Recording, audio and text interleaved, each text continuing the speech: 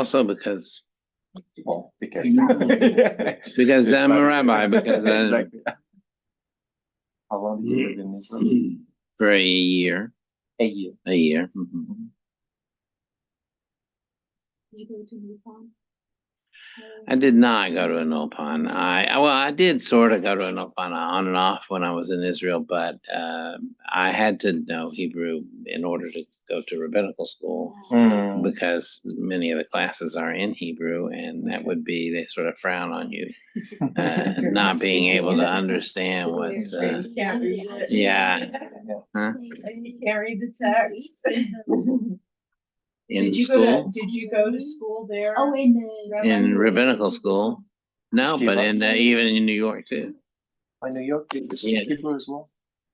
Well, I mean, people in New York speak in English. I mean, Yeah, in the like- street. Okay, just so But you in know. But in school, and in rabbinical school, I'm studying texts that are in Hebrew and in Aramaic, so you have to know. Now many of those texts are translated into English, but when I was there, that wasn't really the case. I was trying to set the heater. We don't need the heater now, but I mean for tomorrow, I was trying to set the system over, the systems in the synagogue over, so then tomorrow they'll be warm and when I come to work. So, because I get here. Below zero. Well, Yeah. 0 Celsius. So here it's like 32.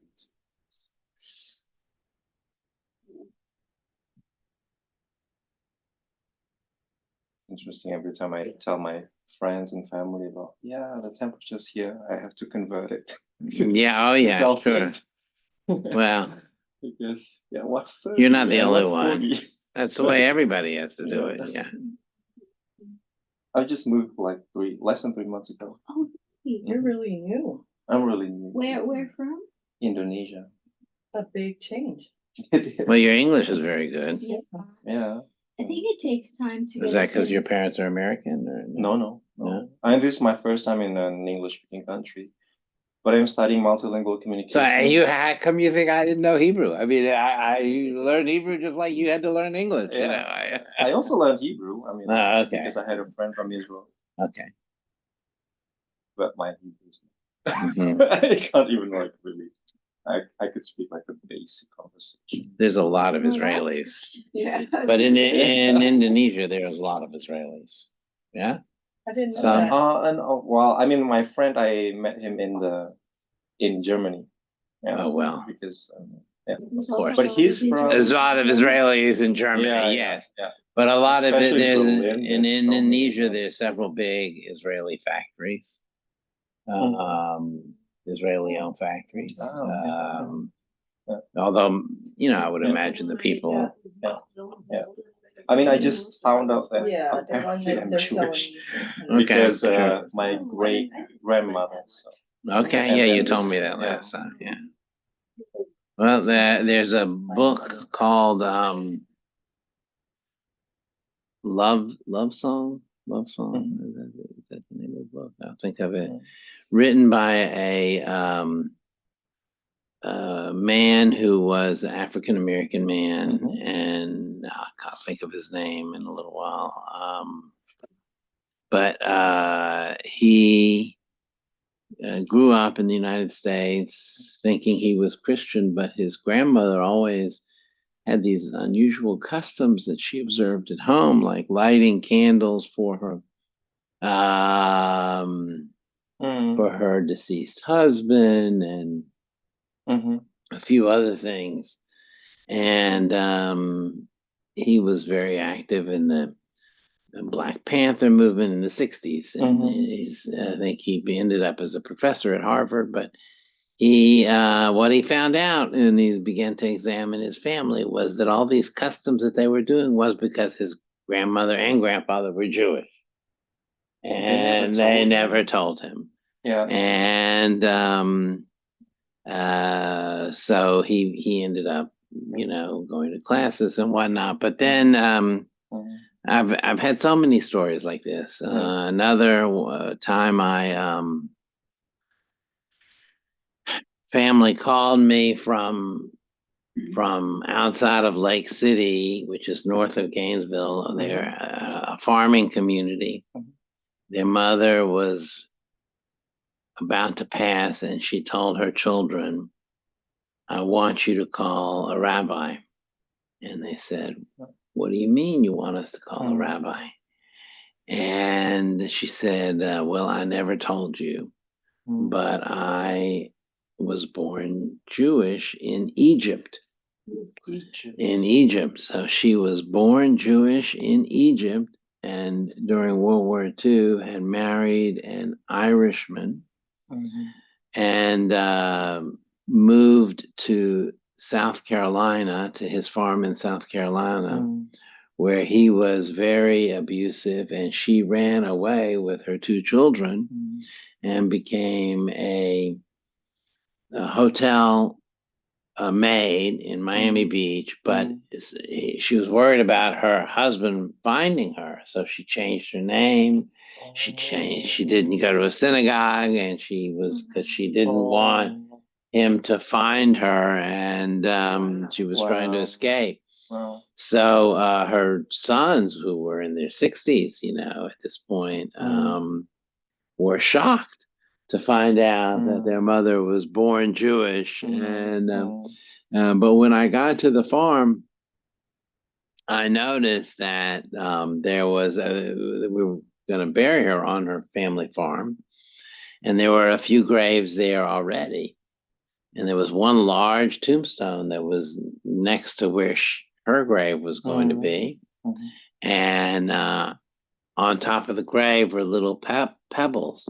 And that's a Jewish custom of placing little stones on top of the grave. And I said, "Oh, whose grave is this?" And that had been the grave of her pet cow that she had raised as a calf, and that she had taken care of her whole life.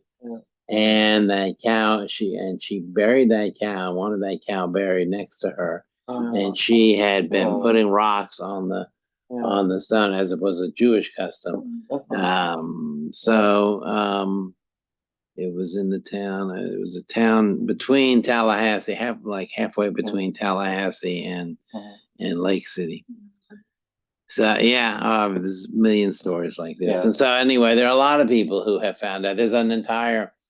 I have a friend who spent several months in Uganda, where an entire African tribe, in researching their roots, pre-colonialism, realized that many of their tribal customs were almost identical to Jewish customs. They circumcised on the 8th day. They had certain eating customs and things like that.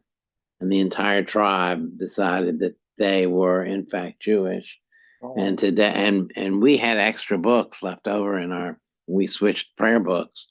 We took all of our old prayer books and sent them to Uganda, where they are now in a tribal village that has a synagogue in it. There are no paved roads in this village. There are no traffic lights, but there is a small synagogue with books that say "Property of B'nai Israel in Gainesville, Florida." They came from here. All right, and they actually have a rabbi there. Anyway, let me talk about, and it fits very well with our topic tonight about kosher. And I want to say that first of all, I think many of you have heard something about kosher, know something about kosher. And I also want to right off the top say that not all Jews observe everything in Judaism. Okay, so I've talked to you about Shabbat, and we're going to talk to you about the calendar, and everybody has to kind of decide for themselves about what their observance is. But I think it's important in an introduction to Judaism class that I cover what these things are, so that you know what do I mean? What does someone mean when they talk about kosher? And why do people keep kosher? And what does it have to do with Judaism? And why do some Jews still keep kosher? So that's really what where I am with this, and I want to the title of the chapter is no, not that one. The screen. Okay, here we go. Is the original soul food, which is creative, but really, it's not exactly true. But I will say, I do talk about it as a spiritual diet. That is the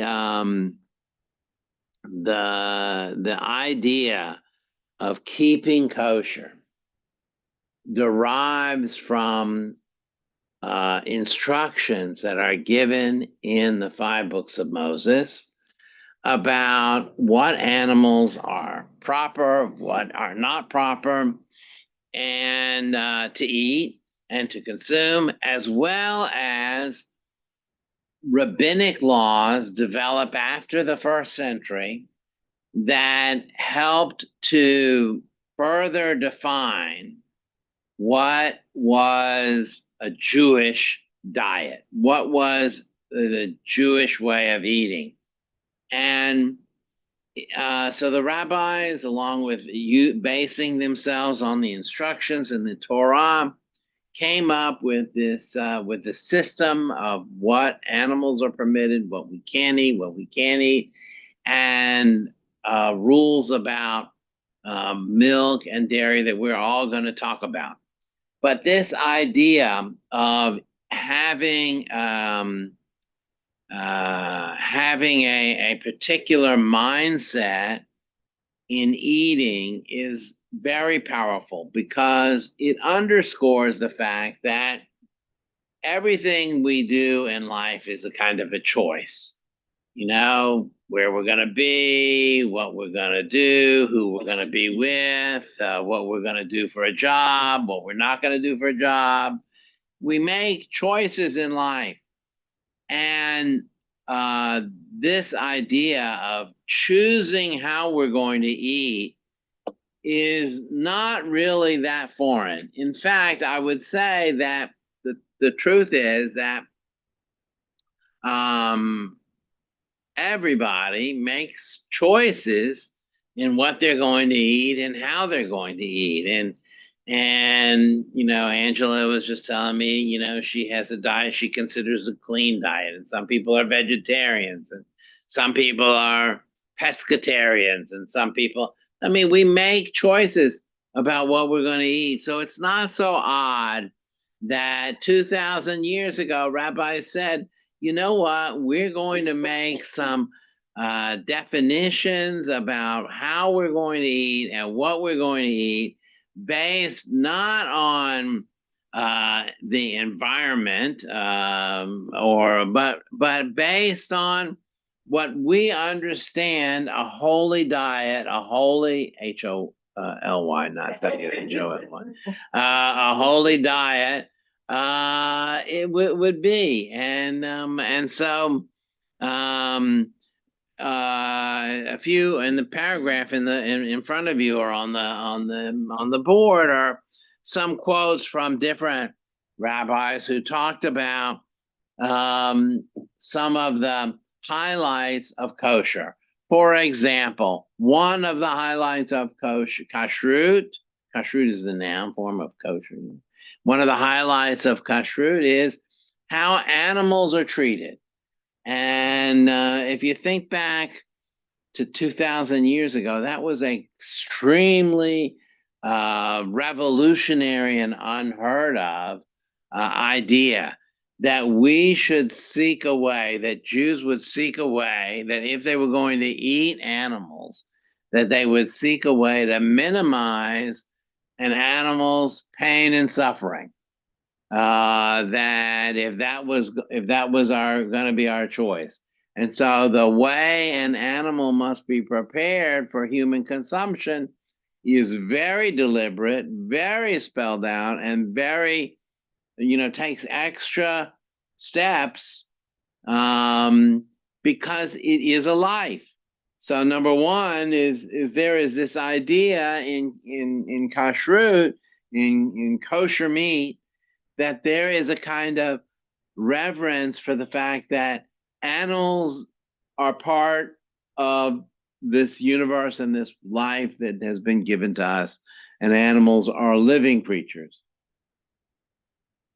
Another reason given here by Rabbi Mordechai Kaplan on the screen is the idea that the fact that there is a distinct way of eating, a distinctive Jewish diet, also served to bring communities together, because Jews needed one another to be able to get a kosher butcher, a person who knew how to, so that it would provide a reason over the course of history for Jews to come together, to be together, to form community, and to form social relationships with one another, so that it would enhance the community itself. In this next quote on the page by Rabbi Chaim Halevi Donin, he brings to bear a term, mindful consumption. That is to say that at each meal, as a Jew, we think about, what is it that I'm going to eat that's appropriate? Is it the appropriate time? I've just had a meat meal. Can I eat a milk meal? Am I going to be mindful about what I am doing?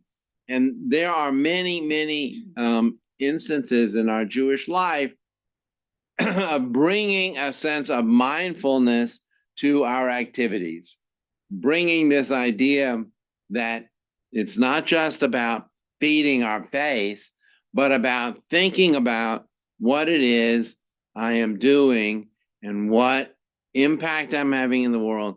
And am I living in a way, even while I'm eating, that reflects who I want to be, who I am, the people I am a part of, and this culture of Judaism and this attitude towards life.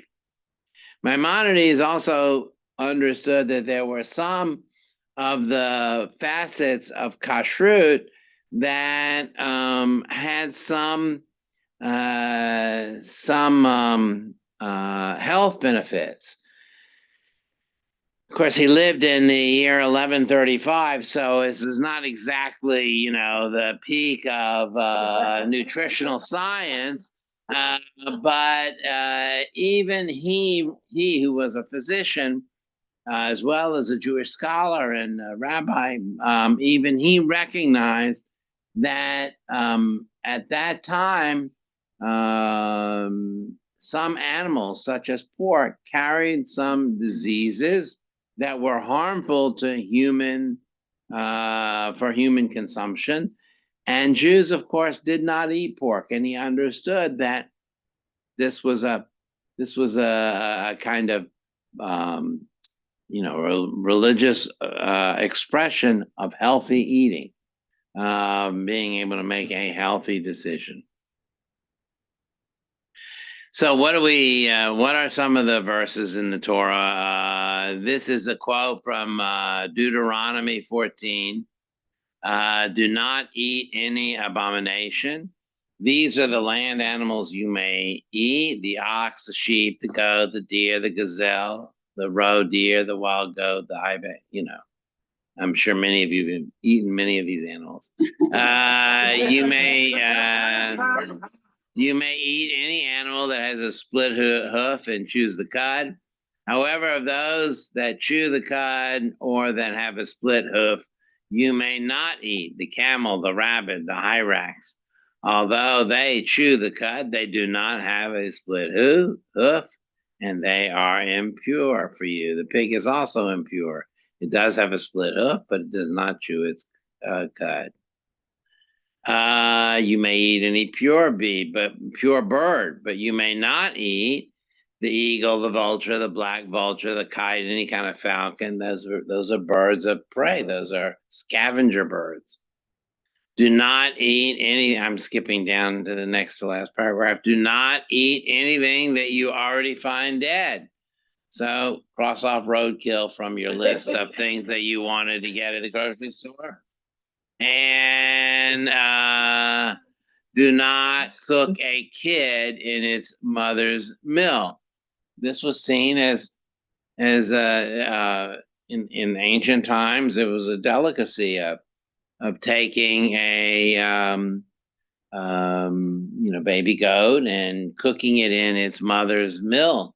And this was seen as abhorrent and cruel.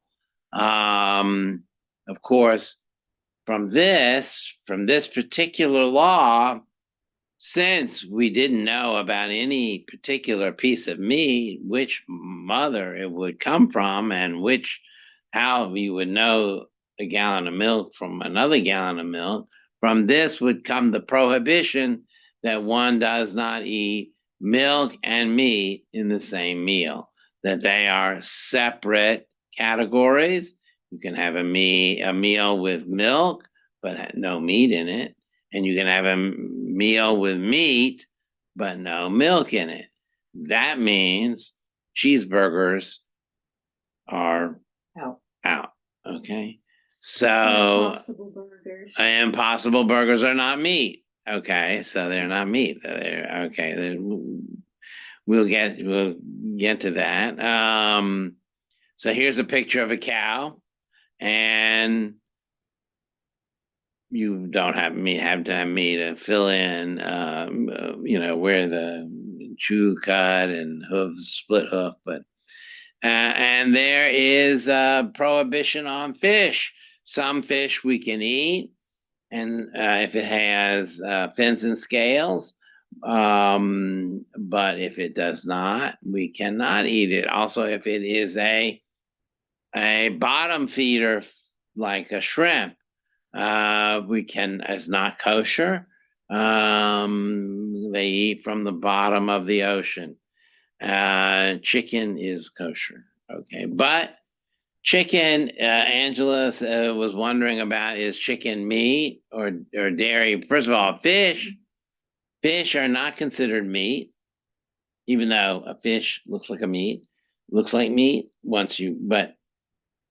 but for the rabbis, fish was such a delicacy and looks so completely different than a cow or a goat. They said, nobody's ever going to get mixed up between meat, milk, and they know fish is not going to be in the meat category. It's like part of it. Fish is parv. That's not milk or meat. So there's a category that's not milk or meat. Chicken, on the other hand, even though technically it is not meat, because it looks so much like meat in its deceased form, in its raw form, and it has blood that's drained from it, that it is considered meat and can be eaten with a meat meal. Everything I just said here is summarized here about separating meat and dairy. Now, you might say to yourself, this sounds like a lot of work.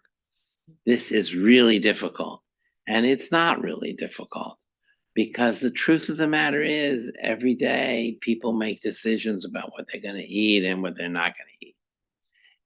If your favorite food is shrimp, and all of a sudden you say, gee whiz, I want to keep kosher, what am I going to do about that? Well, you're out of luck. Shrimp is not on the approved list. But there are shrimp substitutes like soy things and things like that. But on the other hand, but besides those few forbidden things like pork and bacon and things like that, in general, there is still plenty available. But what about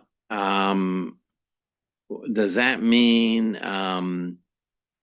I can eat any meat from, no, because kosher, and going back to how an animal is killed, taking you back there, a kosher beef, for example, the beef is prepared and killed in a particular way instead of being electrocuted or being shot or stunned.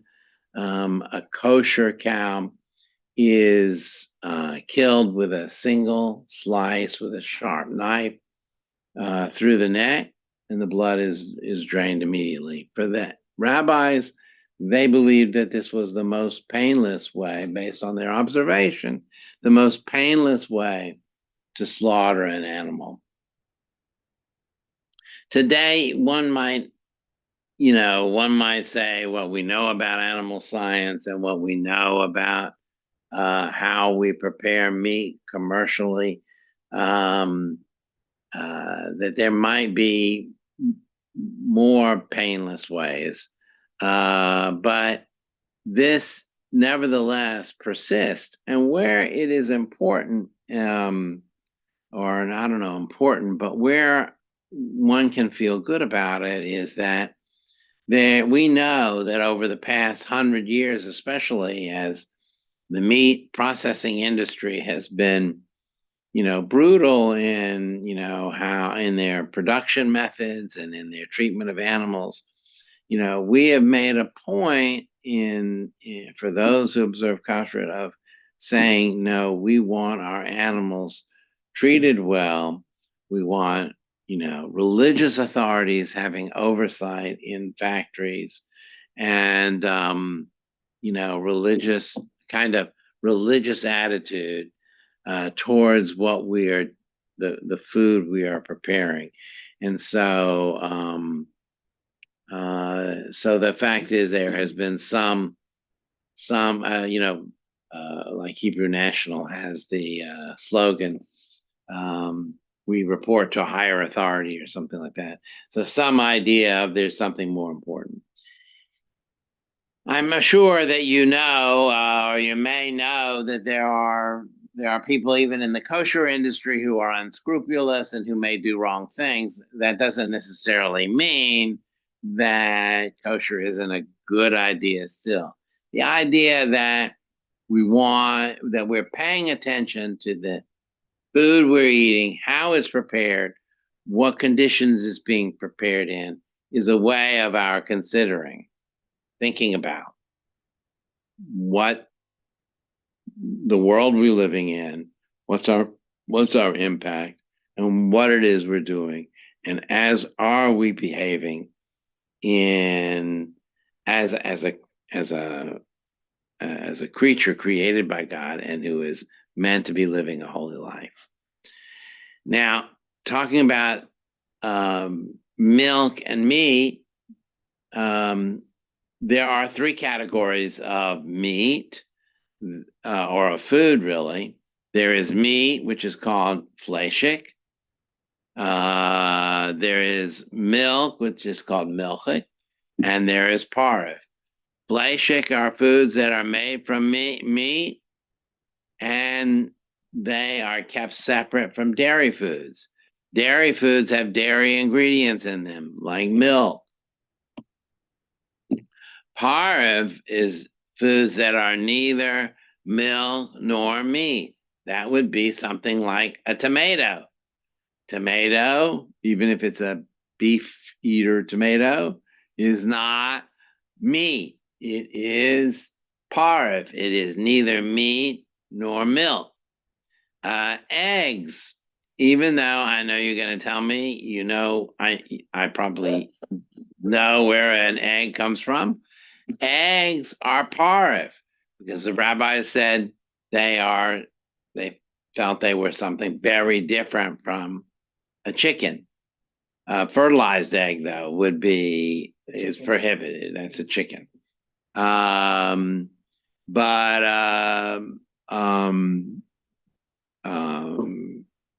Nuts and fruits are parv.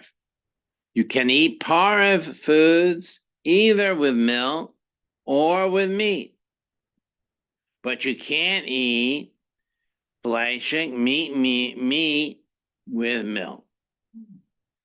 In fact, we go so far to separate these categories of meat and milk that those who observe kashrut have one set of dishes, pots, and pans to be used with fleishik or meat meals, and one set of plates, pots, and pans to be used with milk meals. And we wait, if we have a meat meal, we wait a period of time before consuming milk. For most Ashkenazi Jews from Eastern Europe, that's 6 hours. For Jews from other places, it could be as short as 3 hours or 1 hour. I have a question about the eggs. Yeah. Because yesterday I went to a farm and I got some eggs.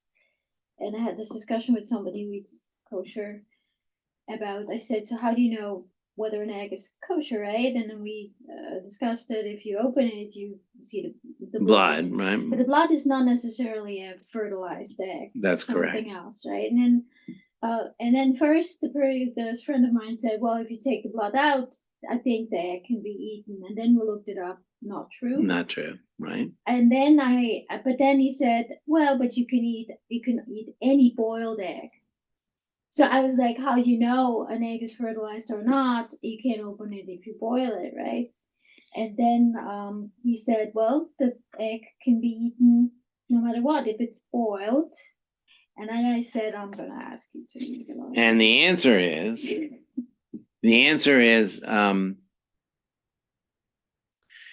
if there is any trace of blood in an egg, first of all, for those who observe kashrut, the egg is cracked in a separate dish or bowl. Dish would be messy, but anyway, and examined before it is put in the food, so you don't spoil the whole food. And any spot of blood, even though we know now that may not be a fertilized egg, they could not have known that in 1135. They just assumed any blood was a sign of life. And since we even drain the blood from meat, that egg would not be allowed. A boiled egg, if you opened it and you saw any evidence of blood, or like cooked blood. Yeah, cooked blood or anything like that, which you would see if it was a fertilized egg, would be unsuitable. So obviously a boiled egg, you can't see inside of it really. And I did have chickens and no rooster, and I still saw blood, right? That's so right. We had chickens here for a long time. Many years we had chickens here. No, and you will see, you can see blood, but that egg would not be, for kosher purposes, would not be consumed. So that's the answer with that. And there are, like in meat.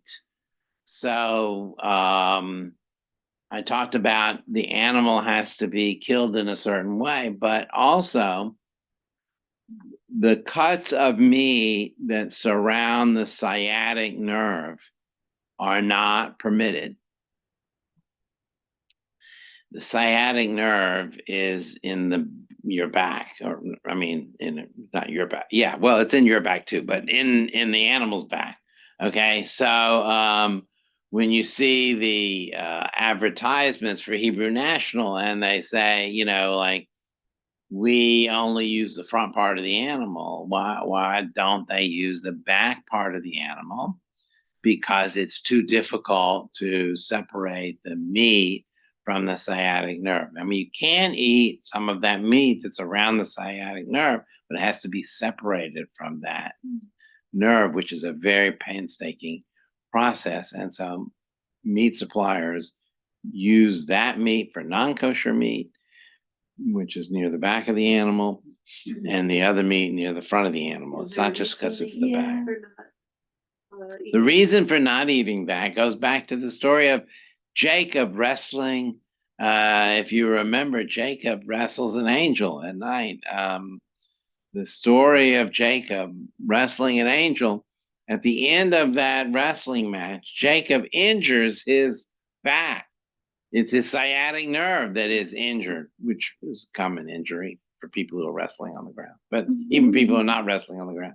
But he injures his sciatic nerve. And the Torah says, to this day, it specifically says it in that story, to this day we do not eat the meat surrounding the sciatic nerve in remembrance of Jacob, our ancestor.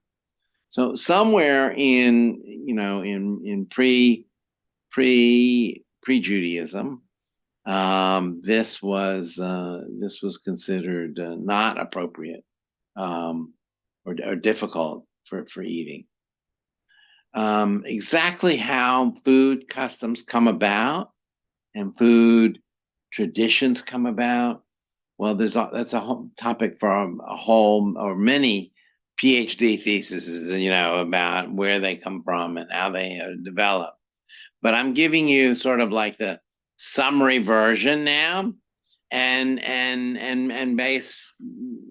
basically so you know a little bit about kosher. But I want to get to the point of, well, I want to eat a steak and I want it to be kosher. How do I know? What am I going to do about that? How am I going to know that it's kosher? Well, the answer is that it will have some kind of certifying label on it that will tell you it is kosher. And here in Gainesville, there are limited places, Trader Joe's in the frozen section, Trader Joe's, and in some of the public stores in frozen section, where you can find kosher meat. Otherwise, we have our meat shipped in from a kosher butcher in Atlanta or Miami or Tampa or those are the places we ship the meat in from. But it will have one of these symbols, and there are more than just these 8, but this is the most popular ones. One of these symbols on the package. You probably have seen this symbol, like the OU on maybe something like ketchup. And you're going to say, well, wait a minute, there's no meat in my ketchup.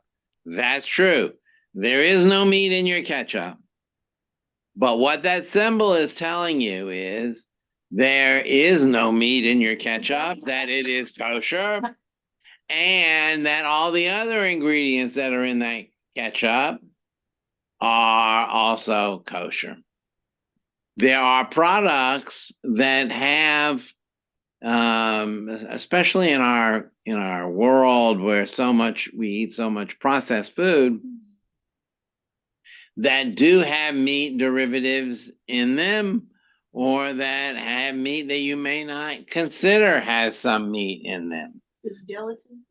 So gelatin is a special particular case. Some gelatin was always an animal product. Okay, so then its original form was an animal product. Be considered meat because it's an animal product. Yeah, and it would also be not kosher because it came from non-kosher animals. But now, much gelatin, much of is not meat, but is rather synthetic. So you'd have to look for the symbol to know if it's synthetic. Then you have to look for the symbol. So it's synthetic. So some products, I mean, so many things that we have nowadays are synthetic, because they're looking for cheaper ways to make it. Cheese, for example, and especially imported cheese, contains rennet, which is a meat product, and from the stomach. But in domestic American cheeses, they use synthetic rennet. There is no meat rennet used in American domestic cheeses. It's too expensive. And so American cheeses not American cheese, just American cheese, but American-made cheeses have synthetic rennet in it. And cheeses wouldn't necessarily be kosher because they have the rennet. Right, and they won't have it. They won't have one of these symbols on them. They're not to look for the cheese. No, Yeah. it's not that, because like a lot of the importers say grass fed or whatever, but Well, they You know, are grass. Yeah. Well, cheese. I mean, the most important product in cheese is the milk.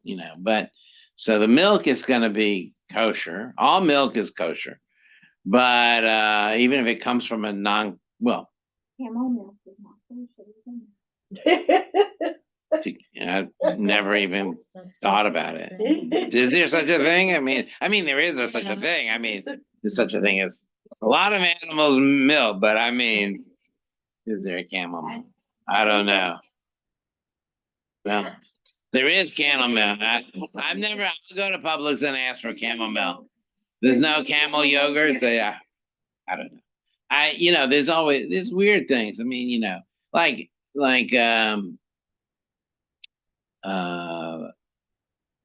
what do you call it?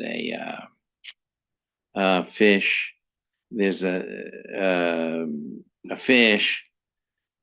Is it not a shark, but it's a fish that we see a lot. And anyway, as a young fish, it has scales, but as a mature fish, it has no scales.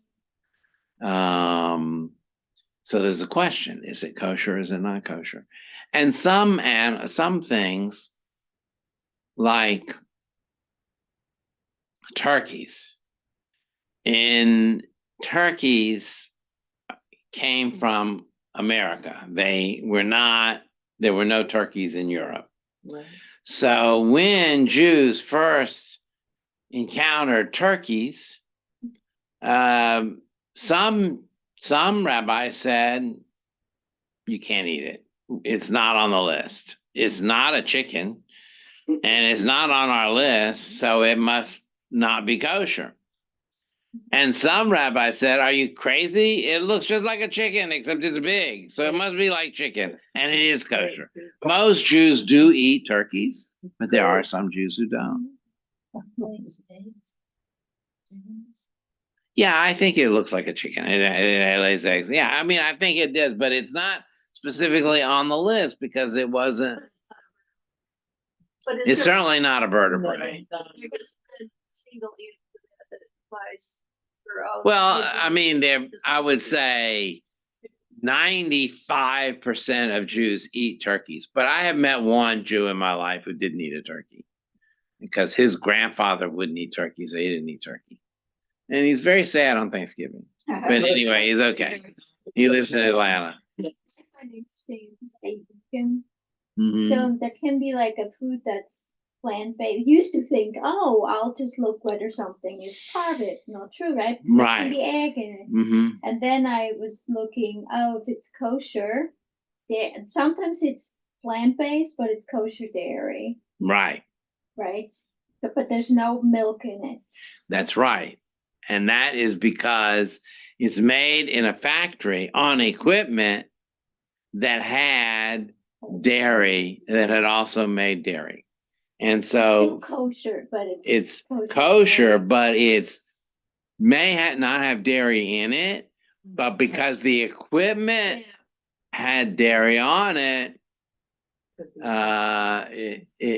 it'll get that thing out. That doesn't mean so that if it's part of, if it's kosher dairy, it might mean there's dairy in it, but it might also be okay to be vegan because the vegan requirement has nothing to do with that, the equipment, Yeah, it's not actually. My first career, the first career I did for 25 years was I was in the steel business. STEEL, just in case you were wondering. Just to make sure that we don't.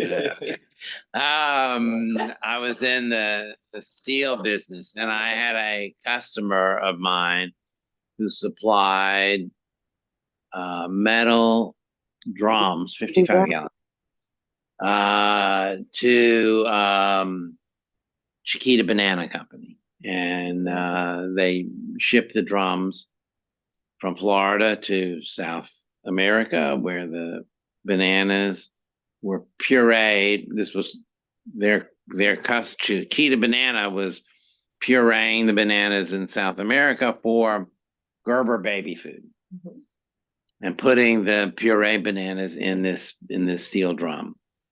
And we needed to have the drums certified as kosher because in the production of steel, sometimes the oils that are used to form get the steel made and rolled and is animal based. And so in this particular case, I was the agent for Nippon Steel, which is in Japan, and I had to teach the steel mill in Japan about kashrut so that they could supply the steel for the drums that were made in America and then were shipped to South America to be turned around and shipped back to America to fill up jars of baby food, so that the OU, you got to get all the way down to the OU symbol, could be put on the jars of baby food, of puree bananas, and say they were kosher. Let's say what a pan that you buy in the store is that potentially has been made with preservatives? So the pan in general, what we tell people to do is the pans have to be thoroughly washed and prepared, but there are Jews who will look for a pan that has an OU on them, as well as other things. For example, you'll find an OU on bottles of water, which is totally unnecessary because water is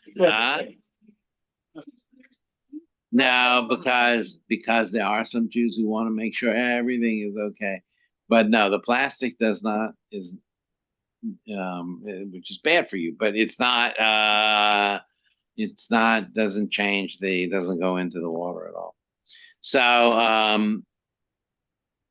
So it can become a complicated business, but this is, you take a product off the shelf, you look at it and you see that it has a kosher symbol on it. And the reason it becomes complicated is that food manufacturers have to pay these certifying companies for the use of that OU. Sure. It's like a quarter of a penny per jar of mayonnaise or something, and that even though that certifies it's kosher, that you may have 2 jars of mayonnaise made with the same ingredients, but one is paid for the symbol and one has not.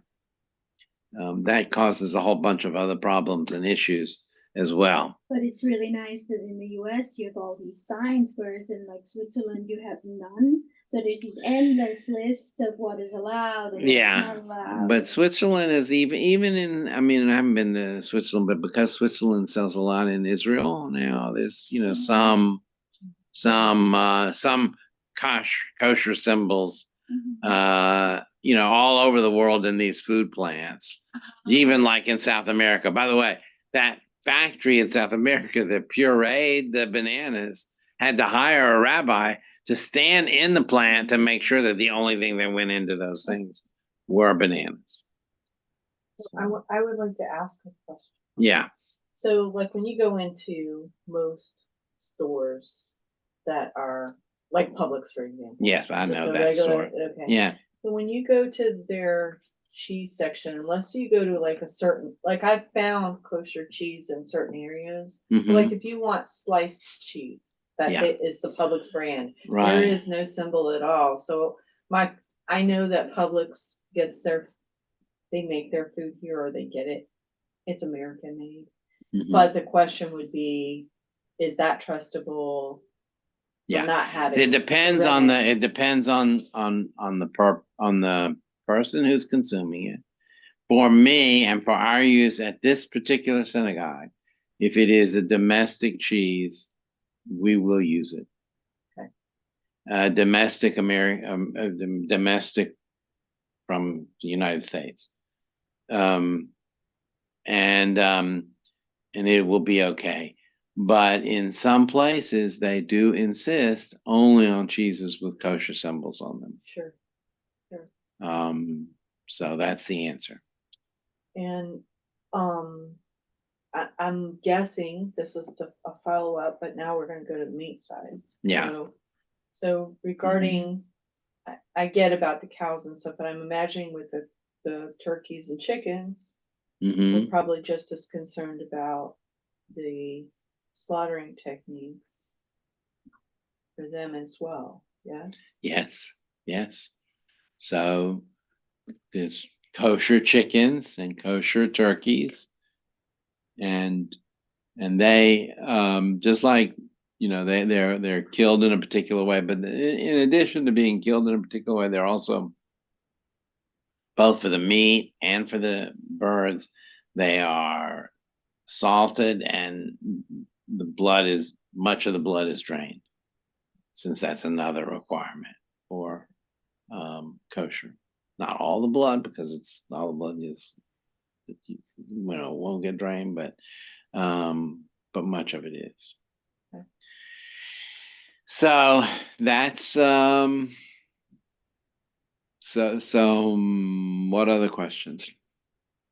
What does OU stand for? Oh, why OU? OU happens to stand for the group that sells that symbol and does that inspection, which is the Orthodox Union of Rabbis. And the U, the V, the V for the Hebrew word for committee is Vod, the Vod of rabbis who do this. So everybody, if I wanted to make a kosher symbol for me, I would call it, I don't know, I'd come up with, some little picture of my face. But, I mean, you got so that's a business of inspecting. Some years ago, I had a guy in town. His name was Jose. He made seitan, is that right? Seitan, which is out of soy. Okay. So he called me to his little shop. It was over by the airport, and he wanted to have it certified kosher. So I could have made up my own symbol and certified it as kosher, but when I told him that most Jews didn't care about that, he told me, "Have a great day and see you later."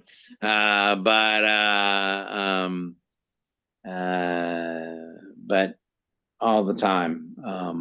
So each one of these are different companies that and what they'll do is they come and inspect the factory, and they might even watch the production, and they might even require extra steps in the production to make sure that everything is kosher. I know that from Indonesia, because it's like the country with the largest Muslim population. Yes. So I know that with the halal and haram. That's right. It's not that different, by the way. Yeah. And Muslims got it from us. No, I'm just kidding. I mean, it does. Yeah. It actually, there is a connection there, but they're not exactly the same thing, but they are sort of the same thing. And yes, there are in Indonesia too. There are kosher inspectors in some of the seafood plants and things like that will certify. I mean, all over the world, because our food comes from so many different places. You'd be amazed how wide, especially if they're selling in America or in Israel, where they're big centers of Jews.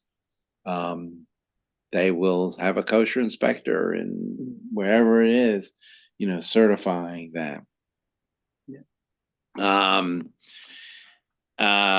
So there are no kosher restaurants in Gainesville. Really, there's one on campus at Rice Union, little food stand that is run by Chabad. But in cities where there are large Jewish populations, you will find kosher restaurants where everything in the restaurant is kosher. Kosher Chinese, kosher Mexican, kosher whatever, but they have to have a big enough observant Jewish population to make sure that they will have a customer. Yeah, they gotta make money. In Key West? Yeah. There's a kosher restaurant in Key West? There's a little tiny kosher restaurant. I don't know. There's 2 kosher restaurants in Orlando, mostly that serve the Disney, the tourists in the Disney area. They're quite expensive places, but they're very good. And there's one kosher restaurant in Jacksonville, and there's a handful of them in Atlanta, and probably 2 dozen or more in Miami. And then in Israel, not all the restaurants are kosher, but many of the restaurants are kosher. And for example, you'll find in many places in Israel, you'll find 2 McDonald's sitting next to one another. One is a kosher McDonald's and one is a non-kosher McDonald's. The kosher McDonald's has no cheeseburgers. it'll have cheeseburgers, but with fake cheese. Okay, not real cheese, so soy cheese. And the other one will have cheeseburger, but it'll have no milkshakes. In the one with the fake cheese, the kosher one will have no milkshakes because it's an all meat restaurant. They have no milkshakes. Because they're only going to serve meat. Okay, yeah. So, in the end of the day, every person has to decide for themselves what they're going to eat. If you're a vegan or vegetarian, you are automatically kosher. Well, maybe the eggs or the eggs. Maybe the eggs, but for the most part, most of the eggs you're going to get are going to be kosher. But otherwise, yes, you fit the definition. Some people, won't eat pork products. That's their way of observing kashrut. Others might only buy kosher meat when they eat at home, but out when they go out, they'll eat. People make their own decisions about what they're going to do. Some might say, I will eat pork products, but I won't eat shrimp, or lobster, or know people who will eat lobster and not other things.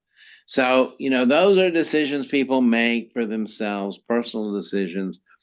But for observant Jews like myself, this idea of keeping kosher and of keeping a kind of understanding that this is what I do because I'm Jewish and because I am connected in this kind of intimate way of eating Jewishly. It's a special connection. The one last thing that I want to, by the way, a shochet is a kosher butcher. Okay. The one last thing I want to say is that there are many blessings that we have for food products, and blessings that we eat, that we say before we eat, and blessings after we eat. And the idea of me talking about this now is the idea that whatever we are doing, our food is really, we recognize that it is part of the blessings we have from God, the food that we eat. And so then when we say a blessing before we eat bread, which is Baruch atah Adonai Eloheinu melech haolam hamotzi lechem min haaretz, blessed are you, O Lord of God, who brings forth bread from the ground. What we're saying is, yes, I worked for this bread. I might have even made this bread, but the bread itself, the fact that I am able to have bread, is really a gift from God. And we are acknowledging that. And so there are blessings before we eat food. The last part of this is a section on eco-kashrut and how we treat animals. And I'll just say that for most of us,